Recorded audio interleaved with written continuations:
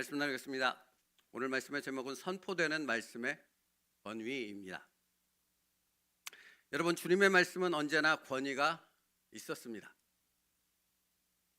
그분의 권위는 다른 사람들과는 조금 달랐습니다.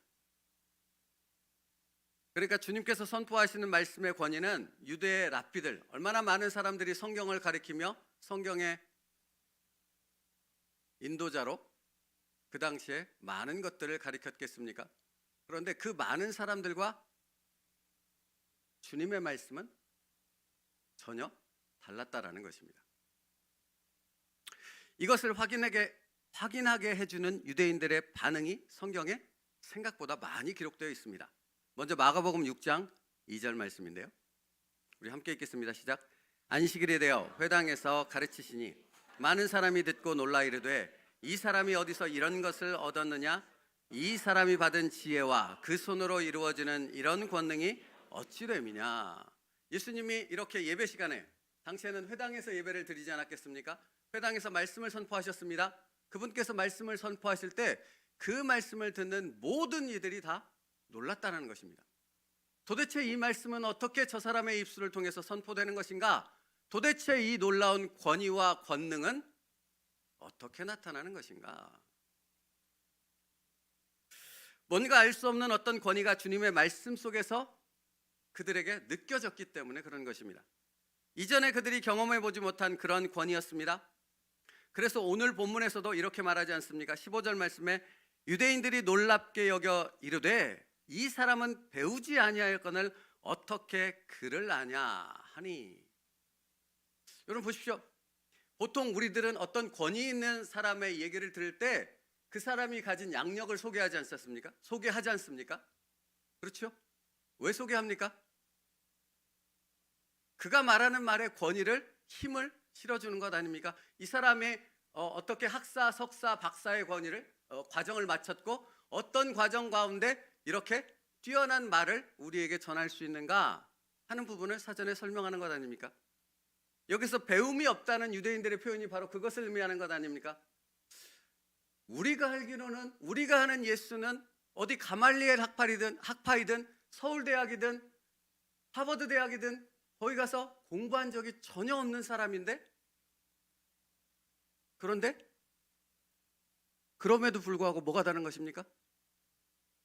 오히려 그렇게 공부하고 가말리엘 학파에서 그 뛰어난 학업의 과정을 마치고 복음을 전파하는, 말씀을 설교하는 그 어떤 자보다도 더 엄청난 권위가 예수님의 말씀 속에서 그들에게 느껴졌다라는 것입니다. 내 말이 권위가 있어 라고 말하는 것이 아니라 예수님이 선포되는 그 말씀을 받는 이들의 마음을 정확히 찝는 그 주님의 권위가 그들 모두에게 느껴졌다라는 사실입니다. 마가복음 1장 22절이요. 얼마나 탁월했는가 하는 부분을 말합니다. 이건 같이 읽을게요. 시작. 무사람이 그의 교훈에 놀라니 이는 그가 가르치는 것이 권위 있는 자와 같고 서기관들과 같지 아니함이로라. 그렇죠. 주님의 말씀에서 그들은 다른 사람에게서는 느끼지 못했던 어떤 권위를 느꼈다라는 것입니다. 그가 가르치는 것이 권위 있는 자와 같고 서기관들과 같지 아니함이로라. 그러니 여러분, 유대인들이 궁금증을 가질 수밖에 없지 않겠습니까? 도대체 이것은 무엇인가? 주님의 선포된 그 말씀 속에 느껴지는 그 권위는 도대체 어디서부터 어떻게 이렇게 임하는 것인가? 나타날 수 있는 것인가? 이에 대해서 예수님께서 오늘 본문에서 그 권위가, 어떻게 그 권위가 이렇게 나를 통해 나타나는가 하는 부분을 말씀해 주십니다. 16절 말씀이요. 오늘 본문 16절 같이 읽습니다. 시작. 예수께서 대답하여 이르시되 내 교훈은 내 것이 아니요 나를 보내신 이의 것이니라. 여러분 저를 보십시오. 예수님의 그 놀라운 권위를 모든 사람이 느꼈습니다. 예수님을 죽이고 싶어하는, 예수님의 말씀을 부정했던 사람들조차도 그 권위를 부정하지 못했습니다. 근데 예수님께서 그 권위가 어디서부터 어떻게 임하는가 하는 부분을 16절에서 설명하잖아요. 뭐라고 말씀하세요? 내 교훈은 내 것이 아니요 나를 보내신 이의 것이니라. 여러분, 그러니까 예수님의 권위는 어디서부터 임한 것입니까? 하나님으로부터 임한 것입니다. 예수님의 권위는 하나님으로부터 주어진 권위라는 것을 분명히 밝히고 있는 것입니다. 너희가 놀랍게 여기는 그 권위는 바로 나를 보내신 이의 것이니라. 여러분, 이것이 정말 중요하다는 사실을 아십니까? 여러분, 우리의 신앙생활은 무엇이 중심이 되어집니까? 여러분의 신앙은 어디에 뿌리를 박습니까? 어디에 뿌리를 박았습니까? 예수 그리스도에게 뿌리를 박아라고 골로새서는 말씀하잖아요. 그 말이 의미하는 바가 무엇입니까? 모르십니까? 예수 그리스도의 말씀에 뿌리를 박았다라는 것입니다. 공동체 여행을 다녀왔는데 한 집사님과 함께 산책길을 걸었습니다. 그런데 되게 큰 나무들이 쓰러져 있더라고요. 뿌리채 뽑혀져서 길을 막고 쓰러져 있는 나무도 있었습니다. 여러분, 나무가 쓰러지는 것은 왜 쓰러집니까? 사람이 무너뜨린 게 아니라 그냥 쓰러지는 것은 뿌리가 뽑힌 거죠. 뿌리가 약하면 아무리 큰 나무도 버틸 수 없는 것이죠. 여러분, 우리 신앙생활의 뿌리는 말씀에 있습니다. 믿으십니까? 이것이 우리의 신앙생활입니다. 그러니까 이 말씀 앞에 이 말씀의 권위가 무엇인가, 그 말씀의 권위를 알지 못한다면 우리의 뿌리는 언제든지 쓰러져 버린 고목처럼 뽑혀버릴 수 있다는 의미가 되는 것이거든요. 그러니까 지금 주님이 하신 말씀이 얼마나 중요한 것입니까? 우리의 믿음의 뿌리는 말씀에 있는 것인데 그 말씀은 어디로부터 주어진다? 하나님으로부터 주어진다. 선포되는 말씀의 권위는 선포자 스스로에게서 만들어지는 것이 아닙니다. 예수님처럼 오직 하나님으로부터만 주어질 수 있는 권위가 말씀의 권위인 것입니다. 여러분, 지금 이 시대에도 선포되는 말씀의 권위는 어디로부터 임하겠습니까? 하나님으로부터 임합니다. 그러나 많은 사람들이 유대인들처럼 지금도 생각하죠. 얼마나 훌륭한 교육기관에서 얼마나 뛰어난 학위과정을 마쳤는가에 초점을 두고 그 말씀의 권위를 인정하려 한다라는 것이죠. 근데 예수님이 그것에 대해서 정면으로 반박합니다. 그렇지 않다. 말씀은 오직 하나님께로부터만 그 권위가 임한다. 왜입니까? 여러분, 왜입니까? 이것처럼 당연한 질문이 어디 있습니까? 왜 그렇습니까? 말씀은 왜 하나님으로부터만 권위가 임할 수 있습니까? 하나님의 말씀이기 때문에 그런 거예요. 하나님의 말씀은 오직 하나님께로부터만 그 권위가 임하는 줄 믿습니다. 그러므로 하나님께서 그 말씀의 권위를 부여하지 않는다면 아무리 소리를 넣쳐 외치고 아무리 뛰어난 미사여구를 갖다 붙이는 설교를 할지라도 그 말씀에는 어떤 권위도 어떤 능력도 나타날 수 없습니다.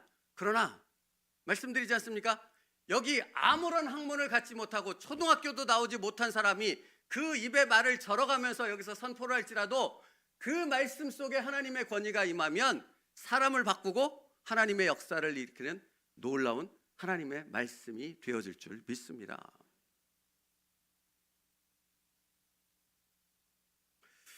그러므로 여러분, 여기서 우리는 한 가지 중요한 사실을 깨닫게 됩니다.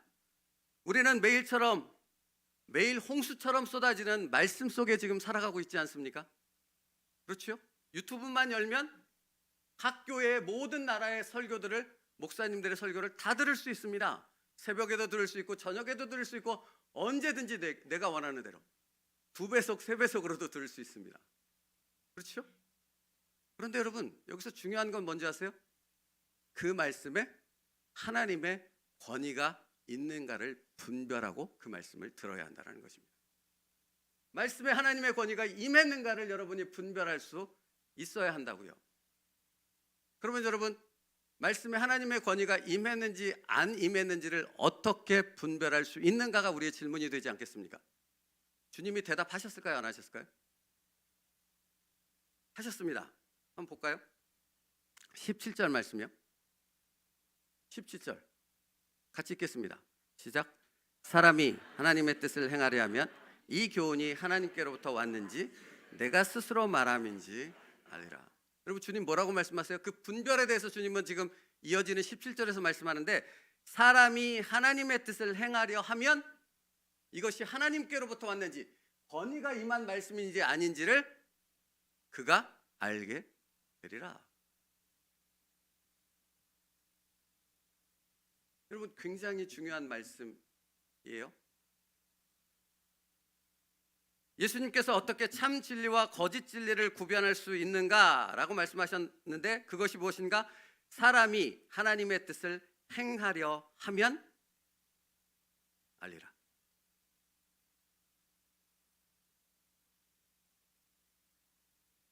여러분, 선포되는 말씀은 하나님의 말씀이고, 그렇기 때문에 하나님으로부터만 그 권위가 임할 수 있다고 말씀드렸죠. 그렇죠? 그러면 이 선포된 말씀의 하나님의 권위, 하나님으로부터 임한 말씀인가 하는 부분을 여러분이 알려면 그 말씀을 믿음으로 붙잡고 살아보면 그 말씀에 누가 역사하겠습니까? 성령님께서 역사하시는 것입니다. 그런데 그 말씀에 하나님으로부터 임한 권위의 말씀이 아니라면 그 말씀을 붙잡고 살아도 아무런 역사가 일어나지 않는 것입니다. 이게 얼마나 중요한 걸지를 여러분들이 사실은 느끼셔야 해요. 머리로 판단하면 알 수 있습니까? 지금 저 말씀을 전하는 저 사람이 하나님의 말씀을 전하는가, 내 이성과 상식과 경험과 내 지식의 수준으로 판단하면 여러분이 분별할 수 있습니까? 없습니까? 없다고 주님은 말씀하세요. 그럴 수 없다. 너희들에겐 그런 능력이 없다라고 말합니다. 그러면서 주님이 딱 한 가지 방법을 제시하셨어요. 선포된 말씀에 하나님의 권위가 임했는가 안 임했는가를 알고 싶다면 그 말씀을 믿음으로 받아 그 말씀을 붙잡고 살아보아라. 그러면 그 말씀이 선포된 하나님의 말씀의 권위가 있다면 그 말씀에 너희의 삶을 변화시키는 역사가 나타날 것이다. 여러분, 그게 증거입니다. 사실은 그게 하나님의 권위입니다. 제가 여기서 아무리 부족한 자가 설교를 할지라도 그 설교를 믿음으로 받아서 그 말씀에 순종하면 그 말씀에 권위가 있다면 당신의 생각을 바꾸고 당신의 인생을 바꾸는 능력의 말씀이 되어질 줄 믿습니다. 하나님이시기 때문에 그렇습니다. 하나님이 역사하기 때문에 그런 것입니다. 제가 주일학교 친구들을 한 15년 사역했다고 그랬지 않습니까? 15년 후에 저를 찾아온 주일학교 친구들이 몇 있었습니다. 장성한 그리스도인의 신앙인이 되어져서, 목사님, 제가 이렇게 하나님의 믿음의 자녀로 이렇게 순종하며 신앙의 삶을 살고 있습니다. 여러분, 그들은 여기 지금 이 아이들처럼 졸았어요. 이렇게 졸고 다른 짓을 하더라고요. 제가 언젠가 말씀드렸지 않습니까? 어떤 친구는 집에서 배운 게 고스톱이라 예배 시간에 펼쳐놓고 고스톱을 치더라니까요. 제가 그런 아이도 봤다니까요. 근데 여러분, 하나님의 말씀은 능력이 있습니다. 변화시키더라고요.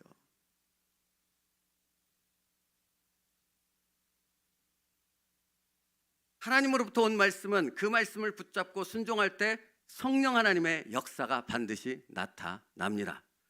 여기서 말하는 성령 하나님의 역사는 병고침과 같은 어떤 기적만을 의미하지 않습니다. 성령 하나님의 역사는 사실 그것보다 훨씬 더 중요한 것이 있습니다. 그게 뭔지 아십니까? 나의 마음을 바꿉니다. 나의 생각을 바꾸며 나의 삶을 바꾸십니다. 그래서 주님께서 보혜사 하나님께서 오셔서 어떤 사역을 하실 것인가 라고 말씀하실 때 병고침과 귀신을 쫓아내는 그 기적을 말씀하시지 않으셨어요? 요한복음 14장 26절에 뭐라고 말씀하시냐면, 보혜사 곧 아버지께서 내 이름으로 보내실 성령 그가 너희에게 모든 것을 가르치고 내가 너희에게 말한 모든 것을 생각나게 하시리라. 이렇게 말씀하셨어요. 그러니까 보혜사 성령님의 역사는 하나님의 말씀을, 그 권위를 내 삶 속에서 느낄 수 있도록 인도하시며 그 모든 것을 이끌어 가시는 것이 보혜사 성령 하나님의 사역이며 역사인 줄 믿습니다. 그러므로 여러분, 선포되는 말씀을 믿음으로 받을 수 있는 여러분 될 수 있기를 축복합니다.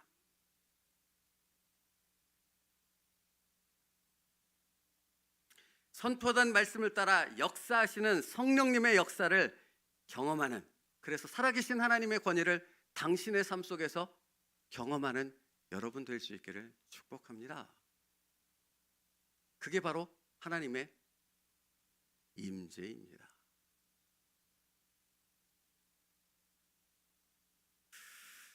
여러분, 그러니까 이게 사실 말씀 준비하면서 그냥 너무 당연하다는 생각이 들어서 이 말을 해야 될까 말아야 될까 고민했던 부분이 있는데, 여러분, 선포된 말씀을 통해 역사하시는 분은 하나님이라 그랬잖아요.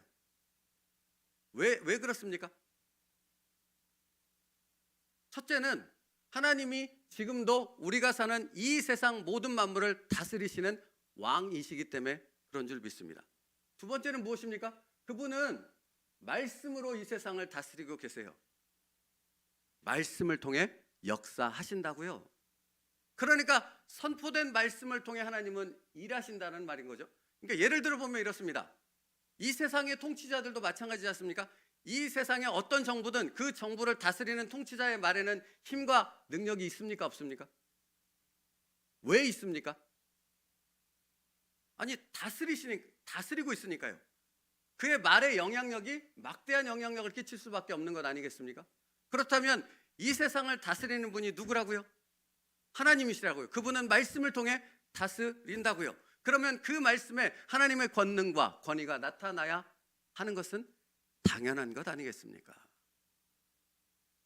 그런데 누구에게나 그 권위가 나타나지 않는다라는 것입니다. 어떤 사람에게 그 권위가 나타납니까?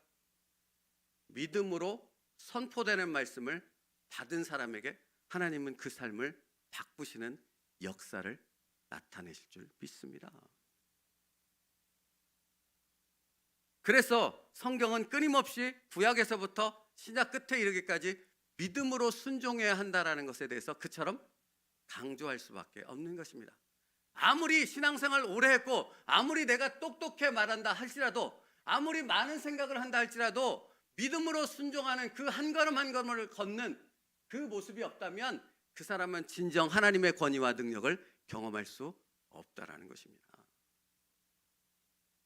하나님을 알고 싶으십니까? 싫으십니까? 하나님을 알고 싶으십니까? 살아계신 하나님의 권능을 경험하기 원하십니까?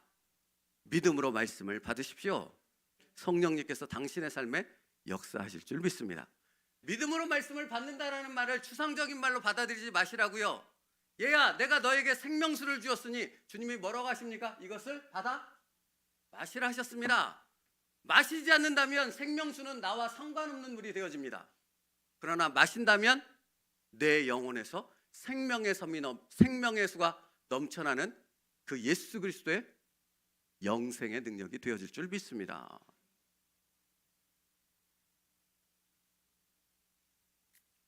그래서 히브리서 4장 12절 13절 말씀은 이렇게 말하는 것 아닙니까? 표준세 번역인데 히브리서 4장 12절 13절 같이 읽겠습니다. 시작.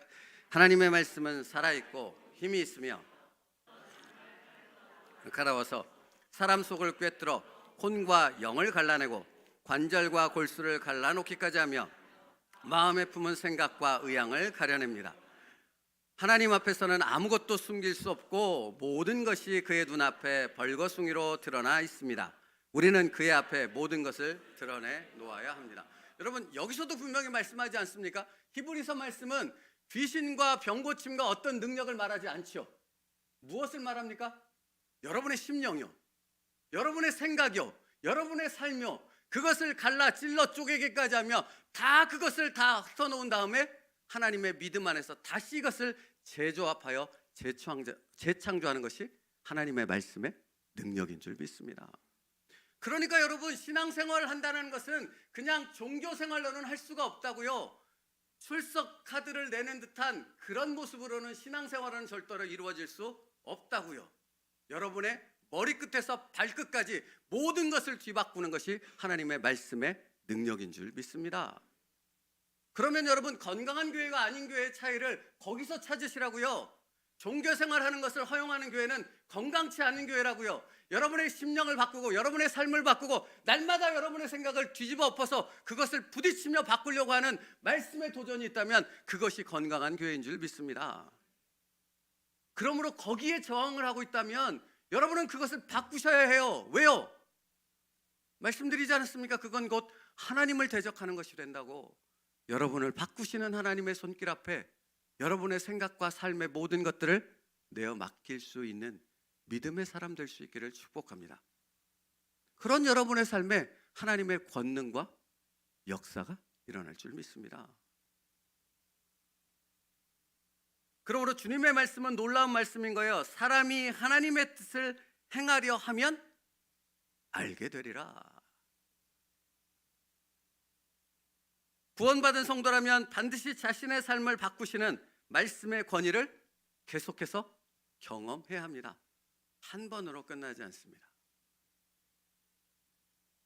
그러므로 여러분, 이게 참 중요한 부분인데 반복되는 어떤 부분이 있다니까요. 여러분도 느끼지 않습니까? 여러분의 인생을 돌아보십시오. 여러분의 신앙의 삶을 돌아보시라고요. 이게 반복되는 그 무엇인가가 있어요.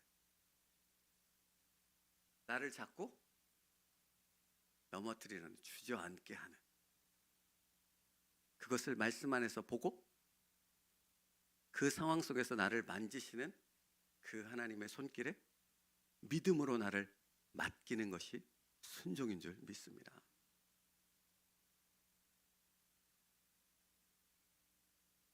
여러분, 이것이, 그러니까 지금 오늘 말씀드린 이것이 얼마나 중요한가 하냐면, 성경은 이것에 대해서 끊임없이 말씀하고 있을 뿐만 아니라 사도 바울이 초대교회에 있는 그 믿음의 선한 싸움, 그러니까 날마다 자녀가 불타 죽고 자식이 목 베어져 죽고 짐승에게 먹이로 주어 주고 이렇게 정말 엄청난 환난과 핍박을 받았던 그들을 향해 사도 바울이 가장 중요하게 그들을 위해서 중보했던 기도의 제목이 에베소서에 기록되고 있어요.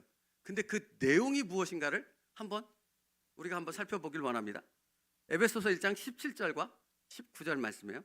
사도 바울이 초대교회 성도들을 위해서 날마다 기도했던 첫 번째 가장 중요한 기도 제목이에요. 뭐라고 기도했는가 한번 보십시오. 17절 19절 같이 읽겠습니다. 시작. 우리 주 예수 그리스도 하나님 영광의 아버지께서 지혜와 계시의 영을 너희에게 주사 하나님을 알게 하시고 그 힘의 위력으로 역사하심을 따라 믿는 우리에게 베푸신 능력의 지극히 크심이 어떠한 것을 너희로 알게 하시기를 구하노라. 아멘. 여러분, 이 말씀은 그냥 쉽게 설명드리면 이런 것입니다. 너희가 성령의 역사를 통해 하나님을 알기 원한다. 근데 하나님을 안다는 것이 무엇인가? 그 19절 말씀이에요.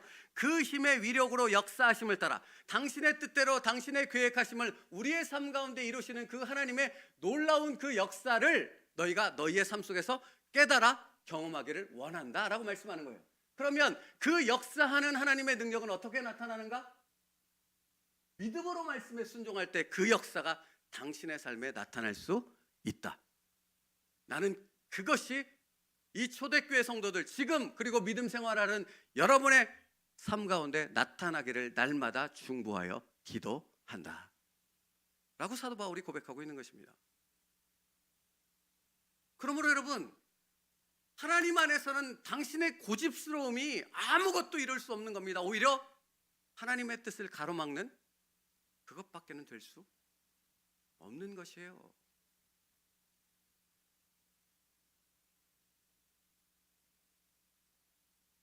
당신의 생각을 바꾸고 삶을 변화시키는 그 말씀의 권위 앞에 무릎 꿇고 순복할 수 있는 여러분 될 수 있기를 축복합니다.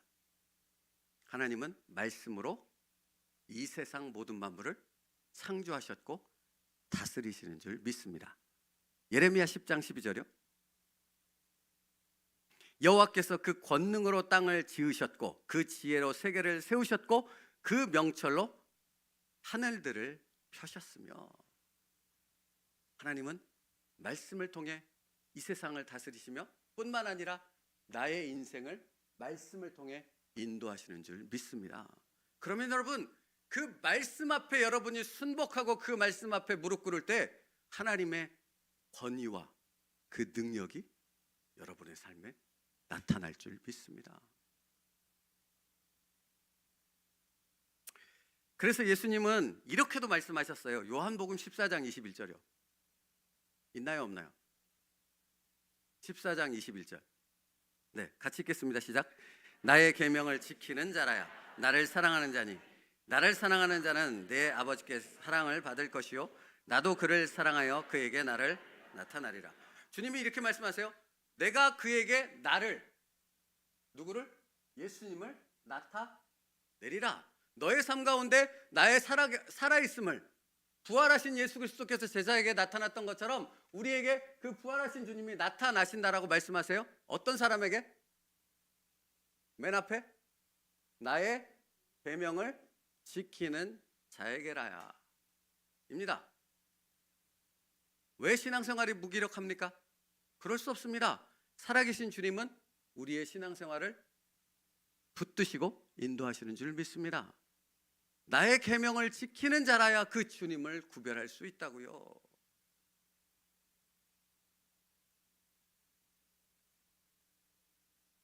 선포된 말씀에 하나님의 권위를 부여하시고 그 말씀을 믿음으로 받아 그 말씀에 복종할 때 그 하나님의 권위와 권능이 내 삶으로 이어지게 되어질 줄 믿습니다.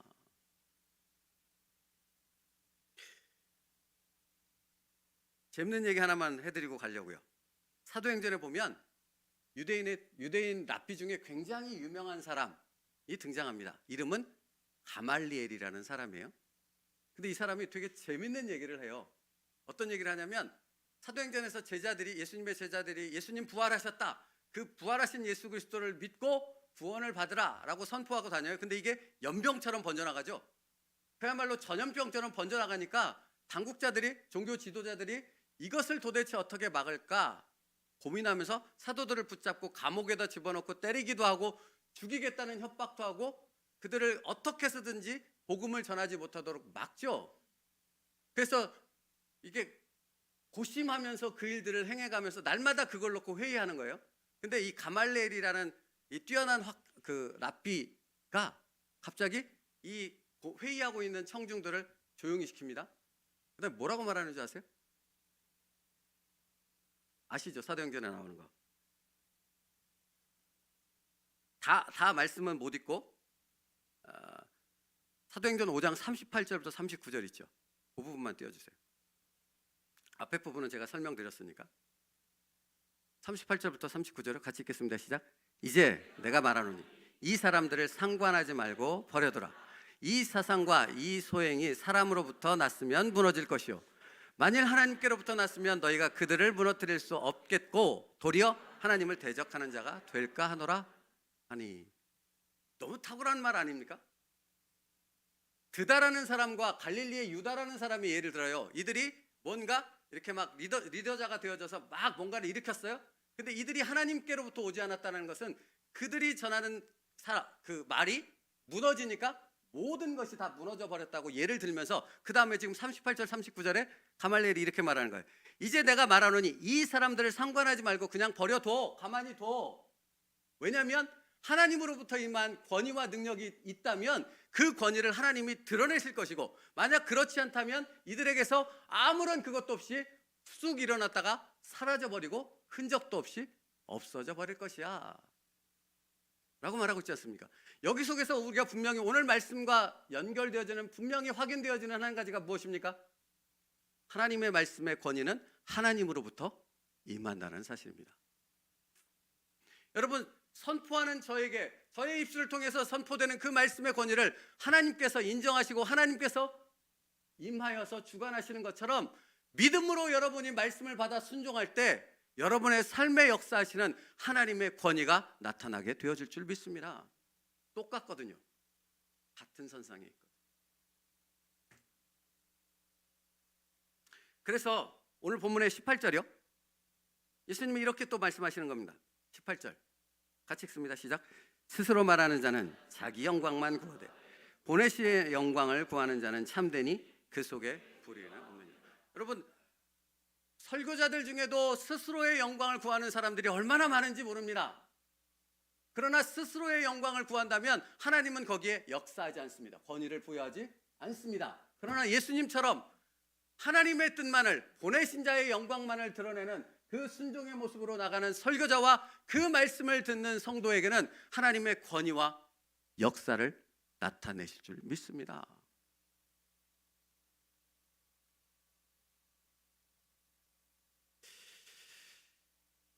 그러므로 여러분, 선포된 말씀이 하나님의 말씀임을 알기 원한다면 여러분은 어떻게 반응해야 됩니까? 오직 하나님의 뜻을 기꺼이 행하겠다는 마음으로 선포된 말씀을 믿음으로 받으십시오. 그리고 그 말씀에 첫걸음을 디디십시오. 그러면 하나님께서 그것을 증명해 보이실 줄 믿습니다. 계속해서 그 말씀 드립니다. 여러분을 깨부수시는 하나님의 말씀의 선포가 있다고. 거기에 순종은 여러분의 그 생각과 모든 것을 내어 맡기는 거라고요.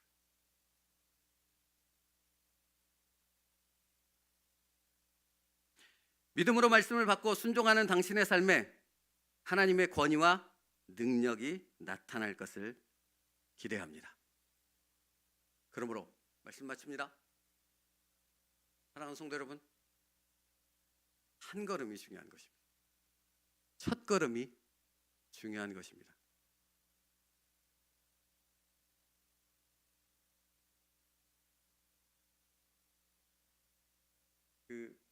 혹시 얼음판을 걸어보신 적 있으십니까? 이렇게 되게 깊은 강물인데 꽝꽝 얼었어요. 그런데 우리가 아무리 꽝꽝 얼었다 그래도 그 강물, 깊은 강물인 걸 아는데 얼음이 얼었다고 뛰어 들어가진 않죠. 어떻게 들어갑니까? 살금살금 한 걸음 한 걸음을 내딛죠. 뭘 확인하는 겁니까? 이게 단단하게 얼었는가 안 얼었는가를 발로 확인하면서 이렇게 꽝꽝 두들기기도 하고 눌러보기도 하면서 한 걸음 한 걸음 나아가죠. 그래서 이 얼음이 단단하다고 생각이 들면 거기서 스케이트도 타고 썰매도 타고 노는 것 아닙니까? 여러분, 신앙생활이 같다라는 것 아십니까? 여러분이 믿음의 첫걸음을 내딛는, 선포된 말씀을 믿음으로 받아 그 말씀에 한 걸음을 내딛으면 이 걸음을 지키시며 인도하시는 하나님의 능력을 경험하게 되는 것이죠. 그러면 그 다음 걸음이 나타날 수 있습니다. 그러나 아무런 걸음도 하지 않고 스스로의 생각에 갇혀서, 자기의 고집에 갇혀서 있는 사람은 그냥 바라만 보고 있는 거죠. 저거 깨질까 안 깨질까, 죽을까 살까, 여기 생각만 가득할 뿐입니다. 그러나 한 걸음을 내딛으면 하나님이 응답하실 줄 믿습니다. 하나님의 권위와 그 능력으로 충만한 예수 그리스도에게 뿌리박은 여러분의 믿음의 삶 되기를 축복합니다. 기도하겠습니다.